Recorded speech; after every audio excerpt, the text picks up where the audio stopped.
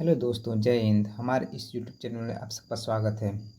आज हम बात करेंगे बायोलॉजी के कुछ महत्वपूर्ण प्रश्नों के बारे में। ठीक है, तो प्रश्नों को देखते हैं। हमारा क्वेश्चन नंबर पहला क्या है?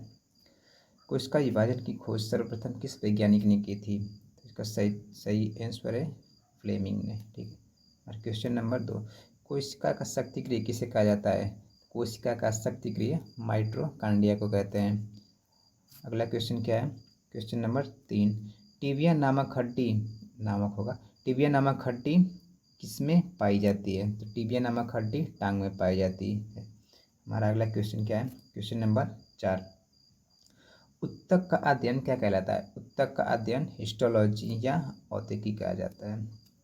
और अगला क्वेश्चन क्या है? 5वां, मानव शरीर में कुल कितनी मांसपेशियां पाई जाती हैं? मानव शरीर में कुल 639 मांसपेशियां पाई जाती हैं। अगला क्वेश्चन नंबर 6, रक्त एक प्रकार का क्या है? रक्त एक प्रकार का टिश्यू यानी कि उत्तक है।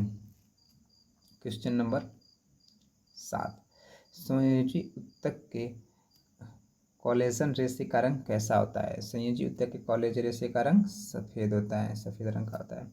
क्वेश्चन नंबर 8, मनुष्य में आहार नाल की लंबाई लगभग कितनी होती है? तो मनुष्य में आहार नाल की लंबाई लगभग 9 मीटर या 32 फीट होती है।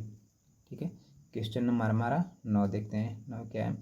मानव शरीर के पाचन का अधिकांश भाग किस अंग में संपन्न होता है? तो मानव शरीर में पाचन का अधिकांश भाग छोटी आंत में संपन्न होता है। ठीक है। क्वेश्चन नंबर हमारा 10वां, मस्तिष्क का कौन सा भाग श्वसन क्रिया पर नियंत्रण रखता है? तो मस्तिष्क का मेडुला ऑब्लांगाटा भाग श्वसन क्रिया पर नियंत्रण रखता है। हमारा अगला क्वेश्चन क्या है? क्वेश्चन नंबर 11, श्वास नली की शाखाओं को क्या कहते हैं? श्वास नली की शाखाओं को ब्रोंकाई कहते हैं। ठीक है। हमारा क्वेश्चन नंबर 12, शरीर में हीमोग्लोबिन का कार्य क्या है? तो शरीर में हीमोग्लोबिन का कार्य है ऑक्सीजन का परिवहन करना।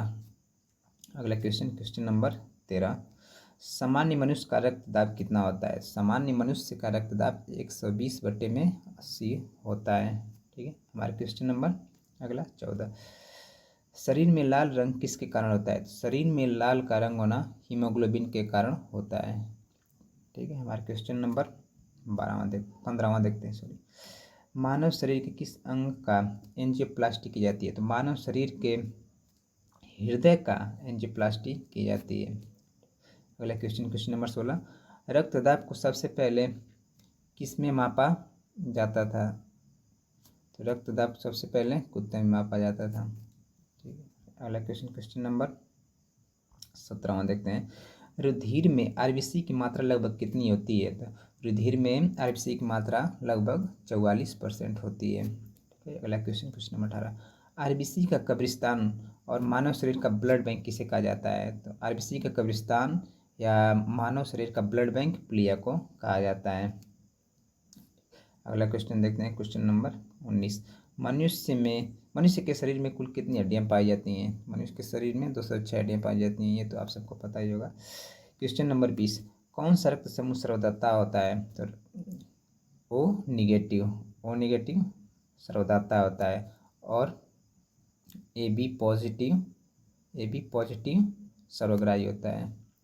अगला क्वेश्चन देखते हैं। क्वेश्चन नंबर 21 क्या है? शैवाल और कवक के बीच की कड़ी को क्या कहते हैं? शैवाल और कवक के बीच की कड़ी को लाइकेन कहते हैं। अगला क्वेश्चन नंबर 22, जब लाल लिटमस पेपर पर क्षार डालते हैं तो कैसा हो जाता है? जब लाल लिटमस पेपर पर क्षार डालते हैं तो उसका रंग नीला हो जाता है। अगला क्वेश्चन नंबर 23, पृथ्वी पर ऑक्सीजन का निर्माण किसने किया था? तो पृथ्वी पर ऑक्सीजन का निर्माण साइनोबैक्टीरिया ने किया था। ठीक है। अगला क्वेश्चन नंबर 24, मानव में निषेचन क्रिया कहाँ पर होती है? तो मानव में निषेचन की क्रिया डिम्बवाहिनी नलिका में, जिसे फॉलोपियन ट्यूब बोलते हैं, वहाँ पे होती है, फॉलोपियन ट्यूब में। क्वेश्चन नंबर 25, शुक्र जनन के लिए उत्तरदायी हार्मोन कौन सा है? तो शुक्र जनन के लिए उत्तरदायी हार्मोन टेस्टोस्टेरोन होता है। ठीक है। अगला क्वेश्चन नंबर 26, हमारे शरीर की सबसे बड़ी ग्रंथि कौन है? हमारे शरीर की सबसे बड़ी ग्रंथि यकृत है। अगला क्वेश्चन नंबर 27, ग्लाइकोजन को ग्लूकोज में परिवर्तित कौन करता है? तो ग्लाइकोजन को ग्लूकोज में ग्लूकनॉन परिवर्तित करता है। ठीक है, अगला क्वेश्चन 28। हमारे शरीर में ग्लूकोज की कमी से क्या होता है? हमारे शरीर में ग्लूकोज की कमी से मधुमेह होता है। ठीक है, अगला क्वेश्चन नंबर 29 देखते हैं। गुर्दा, जिसे बोलते हैं किडनी, किडनी की सबसे छोटी इकाई को क्या कहते हैं? किडनी की सबसे छोटी इकाई को नेफ्रॉन बोलते हैं। ठीक है, अगला क्वेश्चन हमारा क्वेश्चन नंबर 31। तंत्रिका तंत्र संबंधी अध्ययन को क्या कहते हैं? तंत्रिका तंत्र संबंधी अध्ययन को न्यूरोलॉजी बोलते हैं।